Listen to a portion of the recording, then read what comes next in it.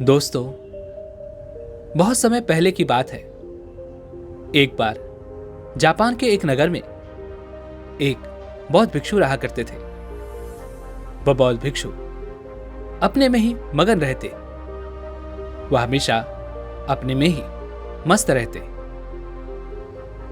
वह बौद्ध भिक्षु एक वृक्ष के नीचे बैठा करते, अपनी मस्ती में मस्त रहते। कभी बांसुरी बजाते तो कभी नाचते और कभी गुनगुनाते और कभी वह चुपचाप बैठ जाते, आकाश के तारों को निहारने लगते। एक बार उस राज्य का सम्राट उन बौद्ध भिक्षु के करीब से होकर गुजर रहा था। जब उसने बौद्ध भिक्षु की ये सारी क्रियाएं देखी तो वह मंत्रमुग्ध हो गया।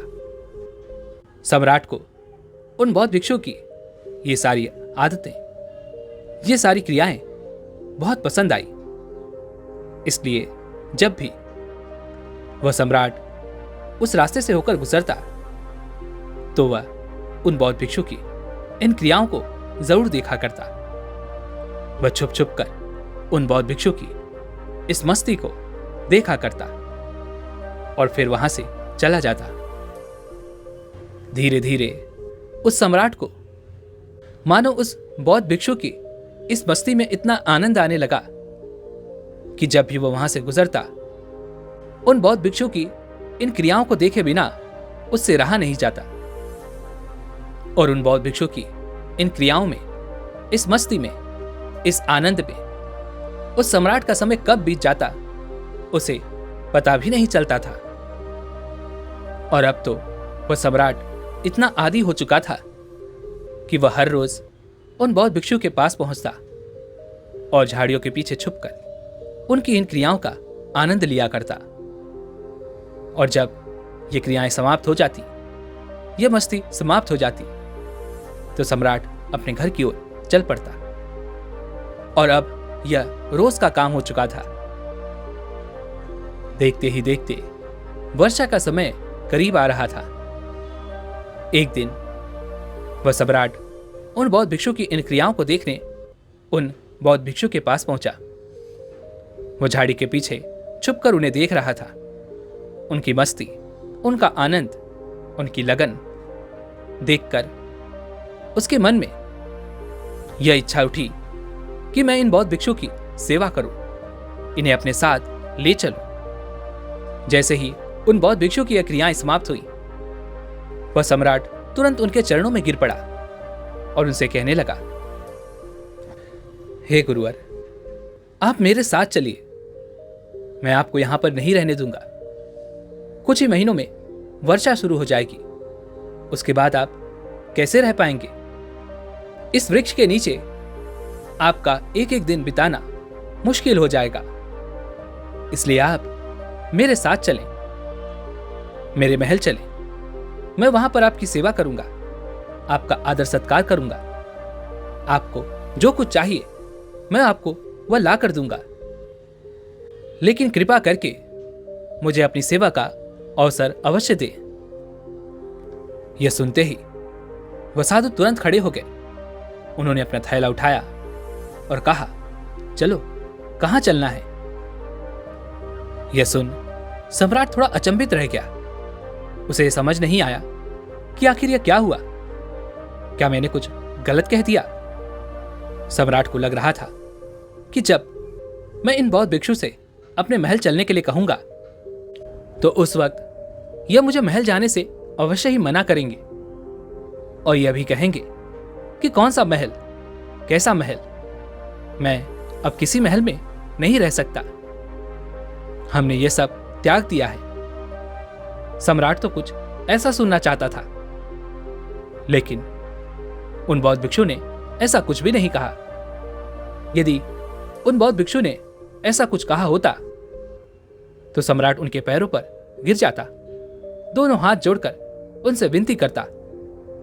लेकिन वह बौद्ध भिक्षु तो तुरंत ही तैयार हो गए। सम्राट ये समझ नहीं पा रहा था कि आखिर यह क्या हुआ। क्या उन बौद्ध भिक्षु को सम्राट की यह बात समझ नहीं आई थी। और अब उसके मन में यह शंका उत्पन्न होने लगी थी कि कहीं मैंने कोई गलती तो नहीं कर दी, कहीं यह आदमी मेरे साथ कोई चालबाजी तो नहीं कर रहा था, कहीं यह व्यक्ति जानबूझकर मेरे सामने ऐसी क्रियाएं तो नहीं करता था ताकि मैं उसे महल ले जाने के लिए खुद उसके सामने आऊं, उससे विनती करूं। कहीं इसकी कोई तरकीब तो नहीं थी। वह राजा इसी सोच में डूबा हुआ था कि आखिर उसने यह क्या किया। लेकिन वह उस राज्य का सम्राट था और एक बार जो उसने कह दिया उसे उसको निभाना ही पड़ेगा। इसलिए वह अब कुछ नहीं कर सकता था और ना ही उन बौद्ध भिक्षु से कुछ कह सकता था। सम्राट यही सोच रहा था कि इन बौद्ध भिक्षु ने तो मुझे एक मौका तक नहीं दिया। इन्होंने तो एक बार भी ये नहीं कहा कि मैं जहां हूं मस्त हूं, मजे में हूं, यह सुख मुझे और कहीं प्राप्त नहीं हो सकता। फिर क्या बारिश, क्या सर्दी और क्या गर्मियां, हमारे लिए तो सब एक है। सम्राट मन ही मन सोच रहा था कि आखिर यह कैसा साधु है जिसने अपने आराम की बात सुनते ही तुरंत अपनी थैली उठाई और कहा, चलो, कहां चलना है। इसके वैराग्य के सारे भाव तुरंत ही खत्म हो गए। सम्राट यह सब सोच ही रहा था कि तभी उसने देखा कि वह बौद्ध भिक्षु उसके घोड़े पर सवार हो गए और सम्राट को अपनी जिंदगी में पहली बार उस घोड़े के साथ पैदल चलना पड़ा, जबकि वह सम्राट आज से पहले कभी भी पैदल नहीं चला था। और वह बौद्ध भिक्षु बड़े मजे से उस घोड़े पर बैठकर आनंद लेता हुआ राजमहल की ओर जा रहा था। यह देख सम्राट मन ही मन अपनी बातों पर पछता रहा था। वह यह सोच रहा था कि मैंने बहुत बड़ी गलती कर दी। मुझे इस तरह से जल्दीबाजी में उस बौद्ध भिक्षु से यह सब नहीं कहना चाहिए था। ये मेरी ही गलती है। लेकिन एक बार सम्राट ने जो बातें कह दी वो उससे पलट भी नहीं सकता था, क्योंकि सम्राट अपने वचन का पक्का था। एक तरफ जहां सम्राट के मन में ये सारी बातें चल रही थी, वहीं दूसरी तरफ सम्राट ये भी सोच रहा था कि चलो कोई बात नहीं, वैसे भी महल में ऐसे कई सारे अनगिनत लोग हैं जिनका कोई काम नहीं, लेकिन फिर भी वो महल में पड़े रहते हैं, कुछ ना कुछ करते रहते हैं। तो यह साधु भी महल में कहीं ना कहीं पड़ा रहेगा। इस बात से भला क्या फर्क पड़ता है, जैसे इतने सारे लोग वैसे एक साधु भी सही। और अब उस सम्राट के मन में उन बौद्ध भिक्षु के लिए जो सम्मान था, जो आदर था, वो पूरी तरह से खत्म हो चुका था। सम्राट उन बौद्ध भिक्षु को अपने महल ले गया, उनका आदर सत्कार किया और उन्हें एक कमरा दे दिया गया जहां पर वह आसानी से रह सके, जहां पर वह अपना जीवन व्यतीत कर सके। दूसरी तरफ वह बौद्ध भिक्षु भी बहुत प्रसन्न थे। वह राजमहल में इस तरह से रहते जैसे मानो वह उस वृक्ष के नीचे रहते हों, अपनी ही मस्ती में, अपनी ही लगन में, अपनी ही क्रियाओं में, कभी नाचते, कभी गाते, तो कभी बांसुरी बजाते। वह यूं ही मस्त रहा करते। दिन ब दिन उन बौद्ध भिक्षु की ये सारी क्रियाएं वैसी ही चल रही थी जैसे कि वह उस वन में उस वृक्ष के नीचे किया करते थे। धीरे धीरे वह बौद्ध भिक्षु तो उस राजमहल में भी आनंद से रह रहे थे, लेकिन सम्राट को दिन प्रतिदिन अब कष्ट पड़ने लगा था। धीरे धीरे सम्राट के मन में जो थोड़ा सा सम्मान उन बौद्ध भिक्षु के लिए बचा था, वह भी अब पूरी तरह से खत्म हो चुका था। वह सम्राट मन ही मन यह सोचता कि यह कैसा त्यागी है, कैसा साधु है। साधु तो वृक्ष के नीचे भी बांसुरी बजाता था और महल में आकर भी यह बांसुरी ही बजाता है। लेकिन तब वह वृक्ष के नीचे बैठकर बांसुरी को बजाया करता था और आज इस राजमहल में मखमल के गद्दों पर बैठकर यह अपनी ही धुन में बांसुरी बजाए जा रहा है। यह सब देखकर सम्राट को अच्छा नहीं लगता।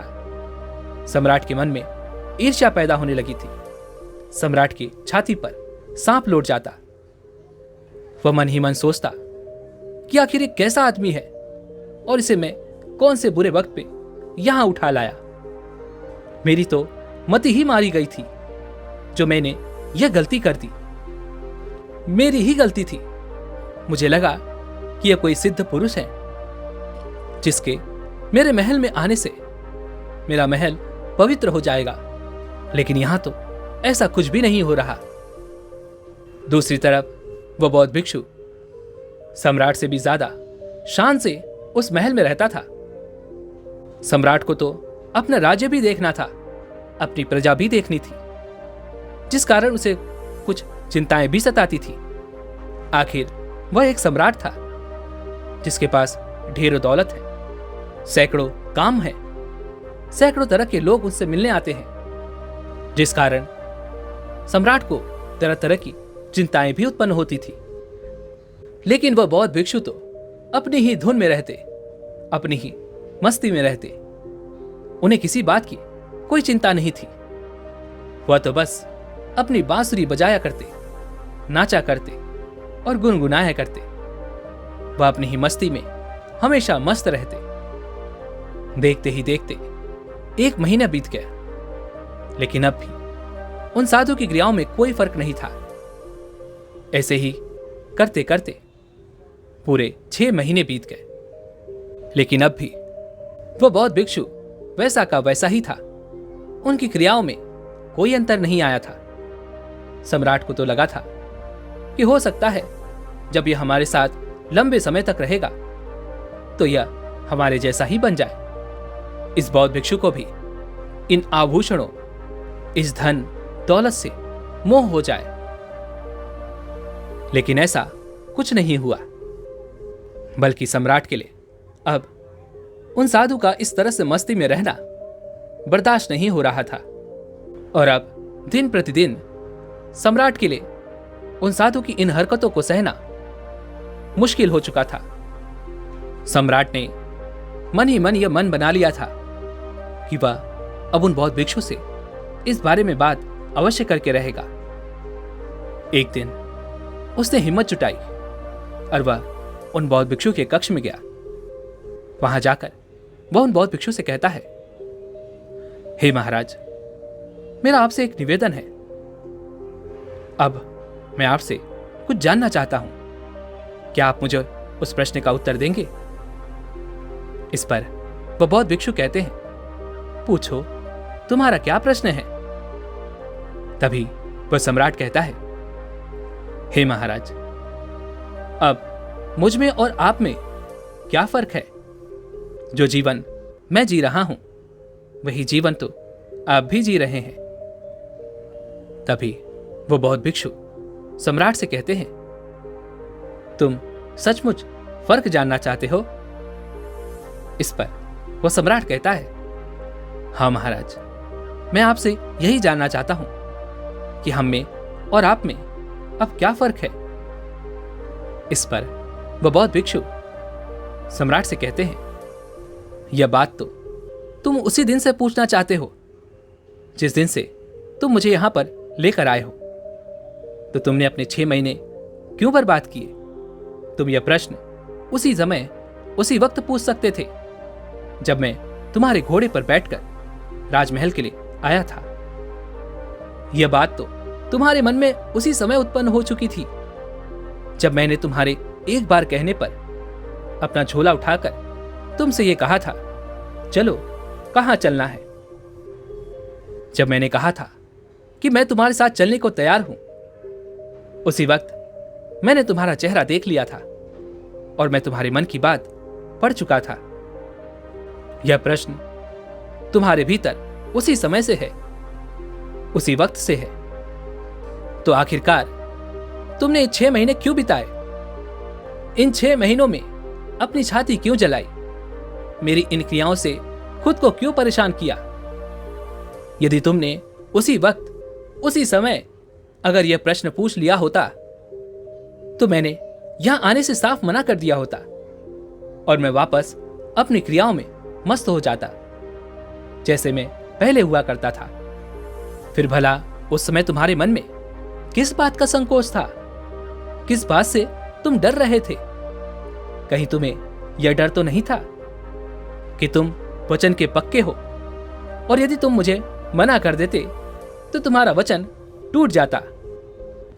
लेकिन मैं भी तुम्हारे मुख से ही यह सवाल सुनना चाहता था, इसलिए मैंने भी अपनी आंख, कान, मुंह बंद कर लिए थे। मैं तो यह प्रतीक्षा कर रहा था कि आखिर देखूं तो तुम्हारे अंदर कितना सब्र है। आखिर तुम कब तक मुझसे यह प्रश्न नहीं पूछते? तुम्हारे इस प्रश्न का जवाब तुम्हें अवश्य दूंगा, लेकिन इसके लिए तुम्हें कल सुबह तक का इंतजार करना होगा।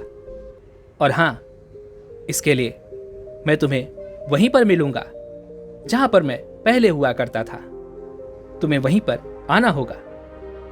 इतना कहकर वो बौद्ध भिक्षु फिर से अपनी क्रियाओं में मस्त हो गए और वह सम्राट वापस अपने कक्ष में चला गया। वह सम्राट यह समझ नहीं पा रहा था कि आखिर उनमें और उस साधु में क्या फर्क है।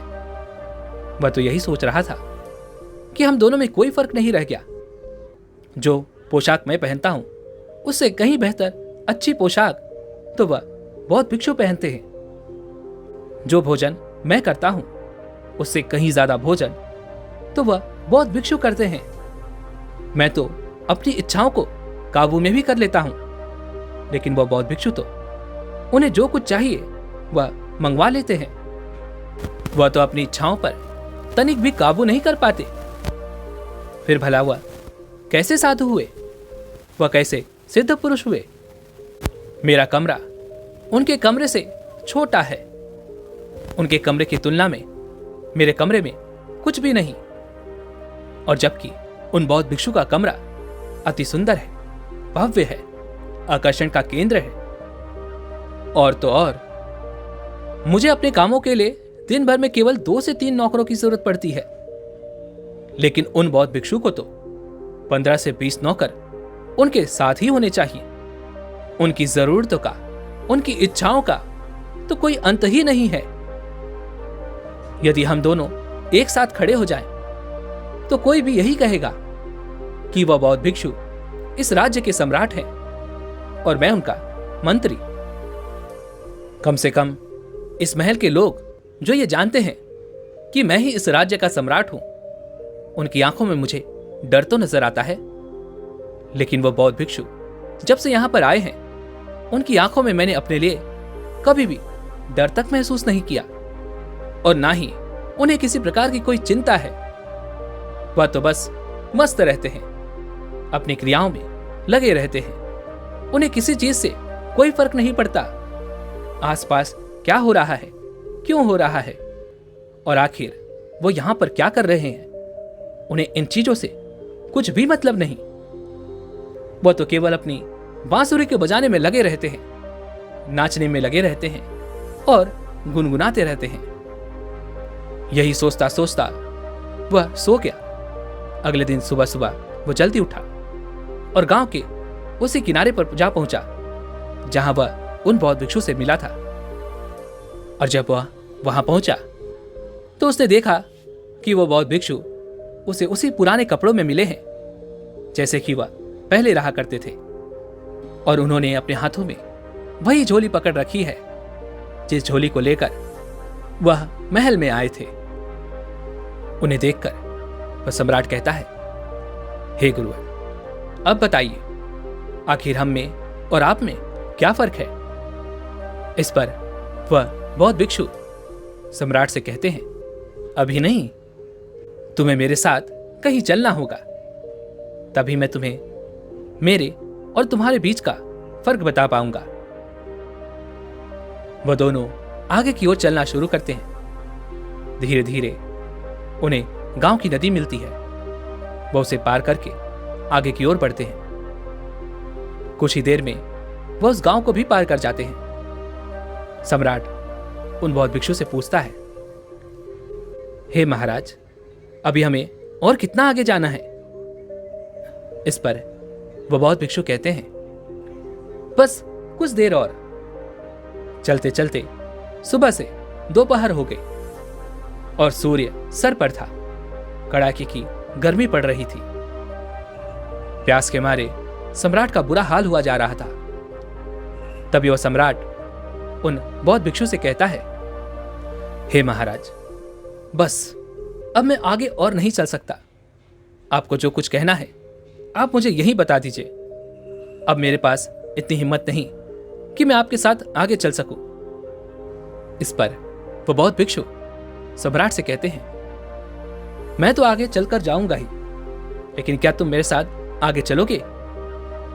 इस पर वह सम्राट कहता है, नहीं नहीं गुरुवर, बस अब मैं थक चुका हूं और मैं अब इससे आगे ज्यादा नहीं जा सकता, और मैं अपने महल से भी अब बहुत दूर आ चुका हूं।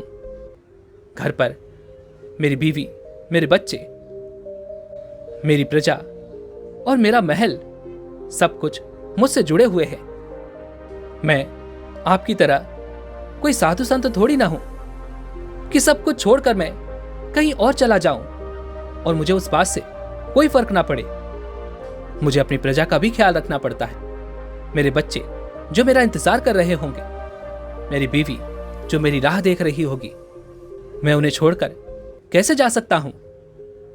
तभी वह बौद्ध भिक्षु सम्राट से कहते हैं, बस यही फर्क है मुझ में और तुम में। मैं कहीं भी जा सकता हूं, मुझे किसी भी बंधन में बांधा नहीं जा सकता। मैं हर परिस्थिति में खुश रह सकता हूं, लेकिन तुम नहीं।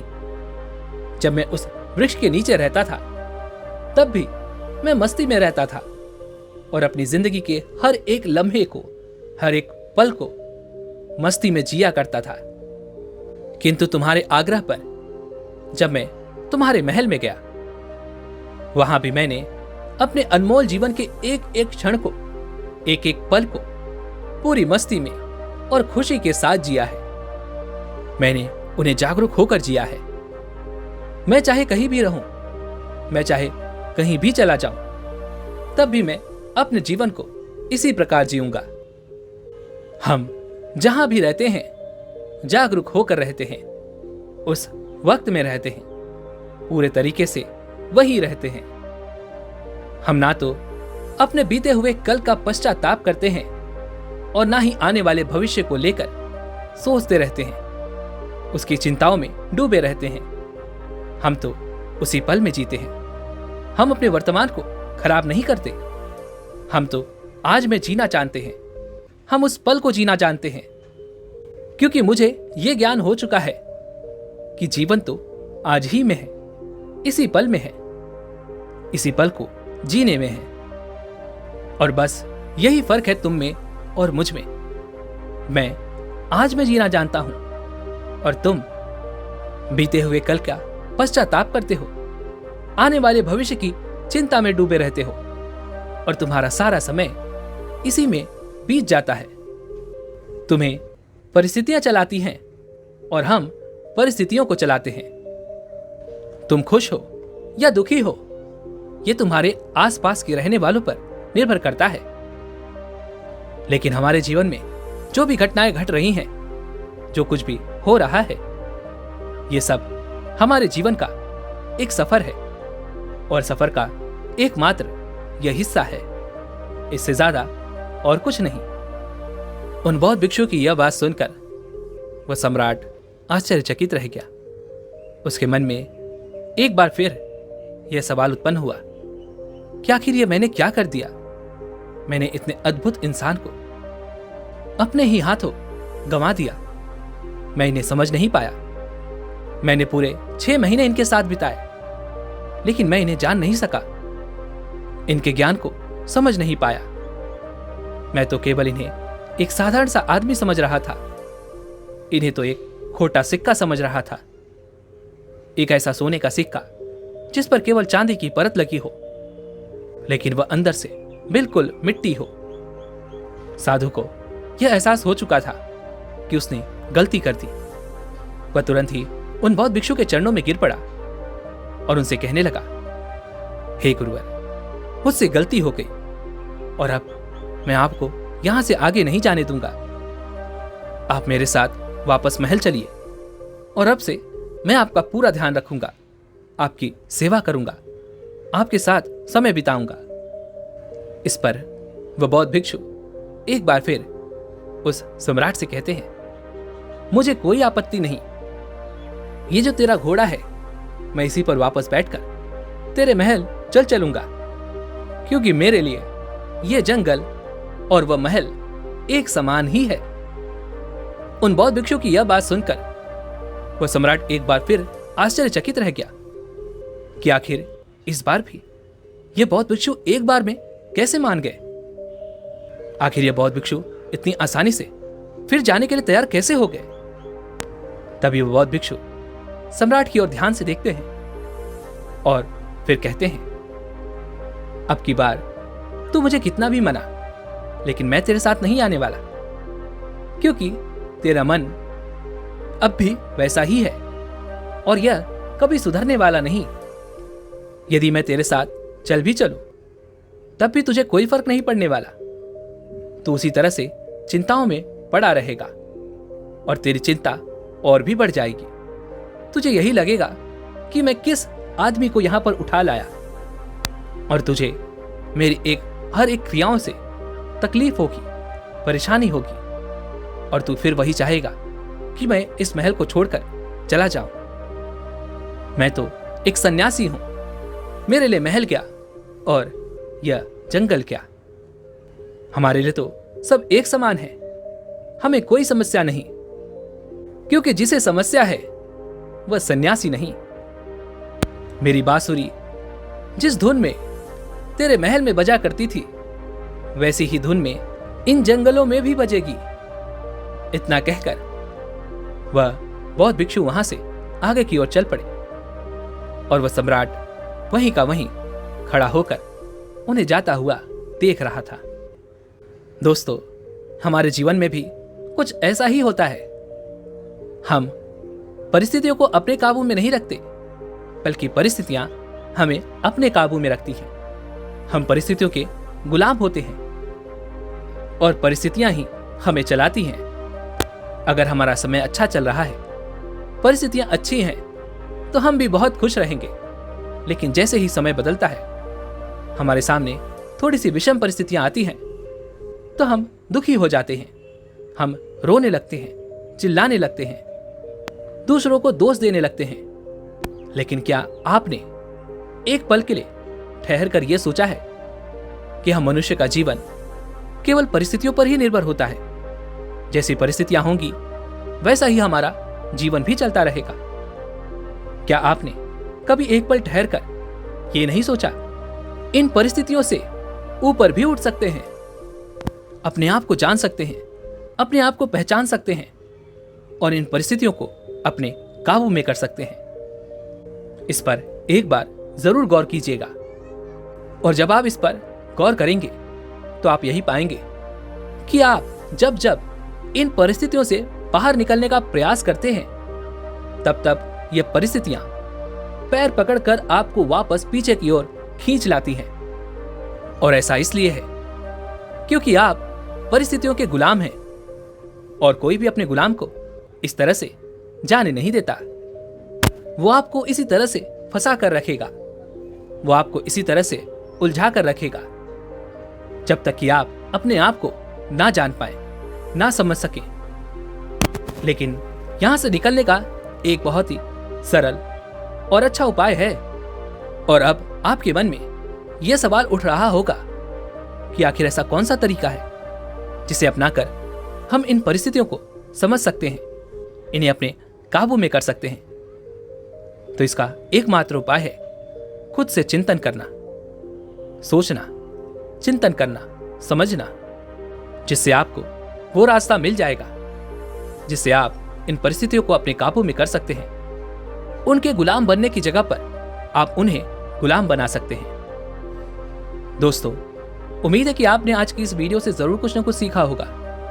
तो इस वीडियो को लाइक और अपने दोस्तों के साथ शेयर करना ना भूलें और हमें ऐसे ही सपोर्ट करने के लिए चैनल को सब्सक्राइब और घंटी बटन को भी जरूर दबा दें। तो चलिए मिलते हैं ऐसे एक और वीडियो में, तब तक के लिए अपना ख्याल रखें। धन्यवाद।